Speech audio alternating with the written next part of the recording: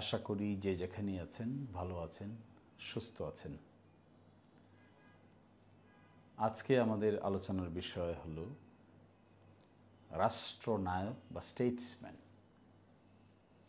দেখেন, একটি রাষ্ট্র তিনটি অঙ্গ নিয়ে গঠিত হয়: বিচার বিভাগ, আইনসভা এবং শাসন বিভাগ। এই তিনটি অঙ্গ নিয়ে একটি রাষ্ট্র গঠিত হয়। তারপরে রাজনৈতিক দলগুলো থাকে। রাজনৈতিক দলগুলো পরস্পরের সঙ্গে কম্পিটিশন করে, জনগণের কাছে যায়। জনগণের কাছে গেলে মেজরিটি জনগণ যাকে সাপোর্ট করে সে বা তারা সরকার গঠন করে। এটাই বর্তমান প্রচলিত বাংলাদেশের ডেমোক্রেসি। সব মানুষ কিন্তু ভোট দেয় না একজন মানুষকে। কোনো একটি কনস্টিটিউয়েন্সিতে ধরেন, কোনো একটি এলাকায়, উদাহরণস্বরূপ আমার এলাকা দিরাইশাল্লাহ, এখানে নির্বাচন হবে। নির্বাচন হলে কে পাশ করবে কে ফেল করবে কেউ জানে না, কিন্তু যিনি পাশ করবেন তিনি তো সকল ভোট পাবেন না, তিনি পাবেন অধিকাংশের ভোট পাবেন। তাহলে বাকি যারা মাইনরিটি অংশ আছে তাদের কি হবে? যারা ফেল করলেন তাদের কি হবে? রাষ্ট্রনায়ক একটা খুব গুরুত্বপূর্ণ বিষয়। কিন্তু আমার এলাকায় যিনি এমপি হবেন তিনি কিন্তু সকলের এমপি হবেন। যারা তাকে ভোট দেয় নাই তাদেরও এমপি হবেন, যারা ভোট দিয়েছে তাদেরও এমপি হবেন। তেমনিভাবে একটি রাষ্ট্রে সরকার গঠন করার ক্ষেত্রে যারা মেজরিটি পান, অর্থাৎ অধিকাংশের আসন যারা পান, আর কম অংশের আসন যারা পান, যিনি প্রাইম মিনিস্টার হন তিনি তো সকলের প্রাইম মিনিস্টার, তিনি তো দেশের প্রাইম মিনিস্টার। প্রধান বিচারপতি দেশের প্রধান বিচারপতি, অ্যাটর্নি জেনারেল দেশের অ্যাটর্নি জেনারেল। কোনো একটি অংশের না, কোনো একটি দলের না, কোনো একটি গ্রুপের না, কোনো একটি এলাকার না।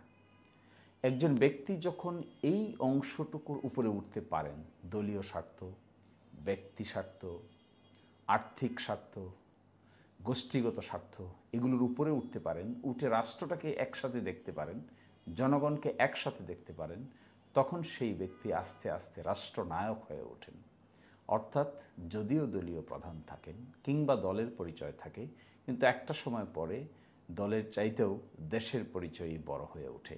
এভাবে একজন ব্যক্তি রাষ্ট্রনায়ক হয়ে ওঠে।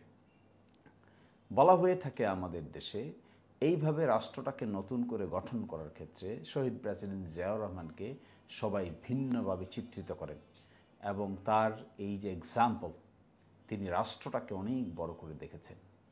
অনেকেই সমালোচনা করেন যে তিনি মিলিটারি ব্যাকগ্রাউন্ড থেকে এসেছেন, কিন্তু ইম্পর্ট্যান্ট হলো তিনিই কিন্তু আবার বাংলাদেশে বহুদলীয় গণতন্ত্র প্রতিষ্ঠিত করেছিলেন। ফলে এখানে ইটস ভেরি ইন্টারেস্টিং বিষয়। রাষ্ট্রনায়ক যদি কেউ হয়ে উঠতে চায় তাহলে তাকে বা তাদেরকে দল, গোষ্ঠী, ব্যক্তি, স্বার্থের বাইরে উঠে চিন্তা ভাবনা করতে শিখতে হবে, অগ্রিম দেখতে হবে। একজন সাধারণ মানুষ যা 20 বছর পরে ভাববে, 50 বছর পরে ভাববে, একজন রাষ্ট্রনায়ক তা 50 বছর আগে ভাবতে পারবে। এই যে ভাবনার ক্যাপাসিটি, এই যে ভাবনার সামর্থ্য, আগে থেকেই পদক্ষেপ নেওয়া, দূরদর্শী চিন্তা ভাবনা করা, এগুলো মূলত একজন রাষ্ট্রনায়কের বৈশিষ্ট্য। একজন রাষ্ট্রনায়ক কী করে থাকেন? তিনি একটা দেশের গণ্ডি পেরিয়ে দেশকে বিদেশে উপস্থাপন করতে পারেন। যদিও বাংলাদেশে একজন ব্যক্তি প্রধানমন্ত্রী হন বা বাংলাদেশের নেতা হন, তাহলে তিনি যখন পার্শ্ববর্তী দেশে, অন্যান্য অ্যাসোসিয়েশনে, জাতিসংঘে, পৃথিবীর বিভিন্ন ফোরামে রাষ্ট্রকে উপস্থাপন করেন, কিভাবে উপস্থাপন করছেন, কিভাবে অ্যাকসেপ্ট হচ্ছে, কারা গ্রহণ করছে, কি আর্গুমেন্ট করছেন, দেশের পক্ষ হয়ে কি কাজ করছেন, এগুলোর উপর ভিত্তি করে রাষ্ট্রনায়কোচিত একটি ভাবধারা ডেভেলপ করে। তখন একজন মানুষ দেশের সীমানা পেরিয়ে বিদেশের মাটিতে বাংলাদেশের জনগণকে উজ্জ্বল করে। ফলে এখানে আরেকটি বিষয় খুব ইম্পর্ট্যান্ট, একজন রাষ্ট্রনায়ক কী কথা বলবেন। ছোটোখাটো বিষয় তো রাষ্ট্রনায়কের কথা কাজ না। আসলে রাষ্ট্রনায়কের কাজ হবে অনেক বড়। দেশ গঠন, দেশের মানুষকে নিয়ে চিন্তা করা, ধর্ম, বর্ণ, শ্রেণী নির্বিশেষে সকলকে নিয়ে ভাবা। এই বাংলাদেশ তো বৈচিত্র্যময় বাংলাদেশ। এখানে ধর্মের বিভেদ এই অর্থে নাই, কিন্তু ধর্মীয় বৈচিত্র্য আছে। হিন্দু মানুষ আছেন, মুসলমান আছে, খ্রিস্টান আছে, বৌদ্ধ আছে, নৃগোষ্ঠী আছে। একজন রাষ্ট্রনায়ক কিন্তু সকলের জন্য। এখানে ফিজিক্যালি মেন্টালি চ্যালেঞ্জ, যাদেরকে প্রতিবন্ধী বলা হয়, তারা আছে, নারীরা আছে, বিধবা নারীরা আছে, গার্মেন্টস শ্রমিক আছে, বিদেশের সঙ্গে অনেক শ্রম বিনিময় চুক্তি আছে, তারপরে যারা স্কুলে যায় ছাত্র আছে, ছাত্রী আছে, সকল শ্রেণী পেশার মানুষ, মজুর আছে, খেটে খাওয়া মানুষ আছে, আবার অট্টালিকায় বসবাস করা মানুষও আছে, বিজনেসম্যান আছে, মিলিটারি ব্যুরোক্রেসি আছে, সিভিল ব্যুরোক্রেসি আছে, বিচার বিভাগ আছে, বিচারকরা আছেন, কত ডাইভার্সিফাইড পিপল। একটা থার্ড জেন্ডারও আছে আমাদের দেশে, কত মানুষ, বিশ্ববিদ্যালয়, সেটা আবার প্রাইভেট, সেটা আবার পাবলিক, তার মধ্যেও আবার ক্যাটাগরি আছে, A category, B category, C category, কলেজগুলো আছে, তারপরে টেকনিক্যাল বিশ্ববিদ্যালয় আছে, টেকনিক্যাল কলেজ আছে, হাজার হাজার ছাত্র ছাত্রী লেখাপড়া করছে, লক্ষ লক্ষ। মেডিকেল কলেজ আছে, মেডিকেল কলেজের মধ্যে আবার টেকনিশিয়ান আছে, বুয়েট আছে, অনেক টেকনিক্যাল ইউনিভার্সিটিজ আছে।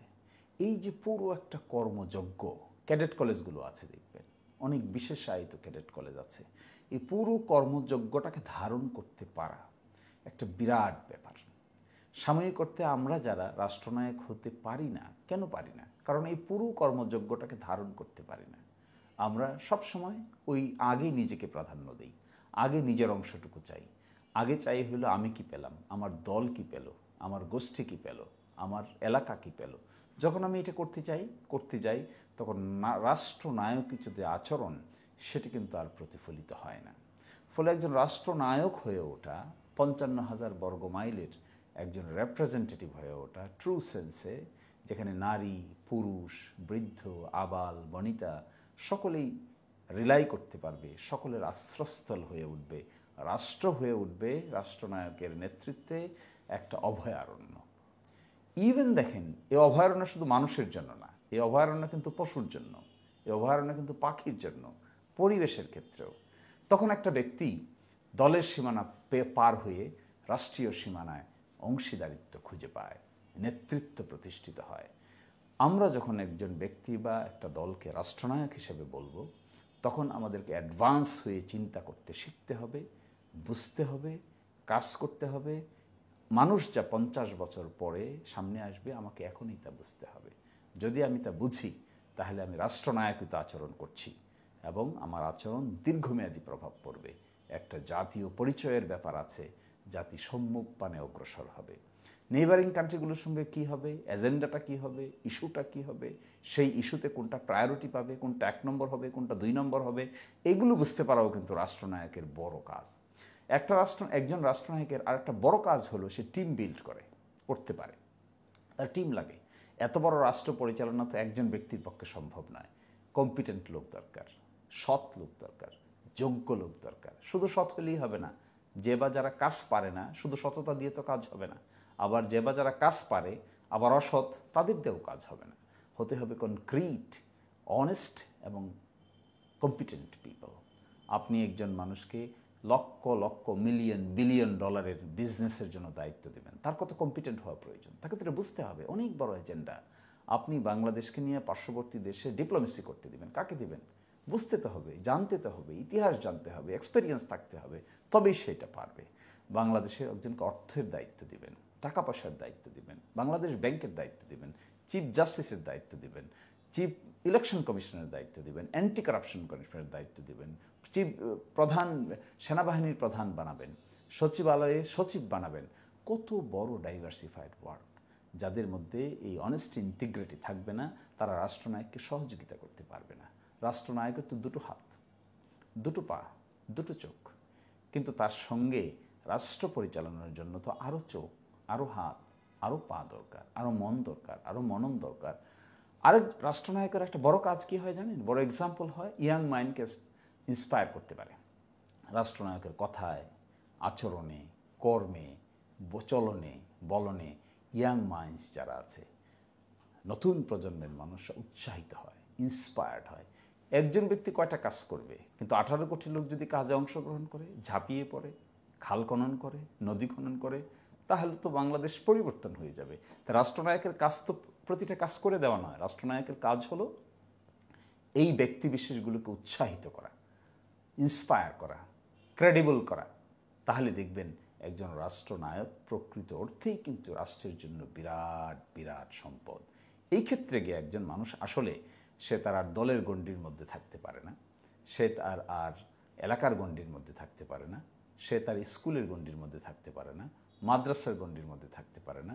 আস্তে আস্তে আস্তে আস্তে সব গণ্ডি স্বার্থ পার হয়ে সে সকলের জন্য হয়ে যায়। এই রাষ্ট্রনায়কিত আচরণ আমাদের দেশে এখন সবচেয়ে বেশি প্রয়োজন।